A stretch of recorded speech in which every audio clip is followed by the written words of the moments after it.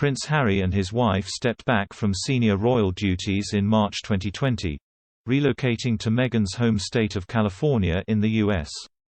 They have been stripped of the ability to use the HRH title afforded to senior members of the firm, and since confirming they would not return to the royal family life, they have lost various other patronages and affiliations. The Duke and Duchess of Sussex continue to use this title in public life, although they have attracted criticism from both sides of the Atlantic for doing so. Ceil Otness, a professor of marketing specializing in how the royal family brands itself, told Express.co.uk that the Duke and Duchess of Sussex's continued use of their titles after Meghan highlights the confusion around their new branding.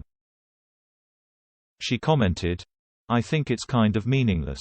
If you're not involved in the royal family, and you can't use the HRH, and the Queen has said to you, fine, if you don't want to be involved, you're not involved. What does it mean? It's a nickname you give yourself." She raised the possibility that when Prince Harry's father, the Prince of Wales, takes the crown, the Duke and Duchess could lose these titles, as well as the HRH label. Plans for Prince Charles to institute a slimmed-down monarchy when he carves out the direction of his reign have long been speculated. Professor Otness, co-author of Royal Fever, questioned, "Who knows if those titles will still be even accessible to them after Charles exceeds?" This further doubt over the identities Meghan and Harry pursue, she added, points to the whole ambiguity of the Sussex brand.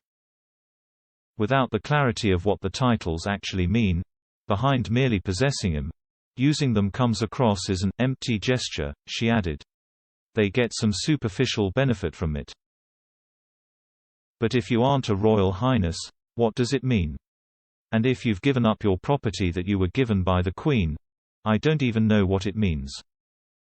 Prince Harry has lost various military titles, including Captain General of the Royal Marines, whilst Meghan no longer represents causes such as the National Theatre, a prestigious honour now bestowed on Camilla, Duchess of Cornwall. They called John Wayne, the Duke. That's what they called John Wayne. They called Elvis, the King. Is this the level that we're on in terms of what these titles mean? Professor Otness added there is a dimension to the Sussexes' retention of their titles which they may not have considered, that, in America, the hierarchy of titles within the royal family is not a piece of socially respected knowledge as it is in the UK.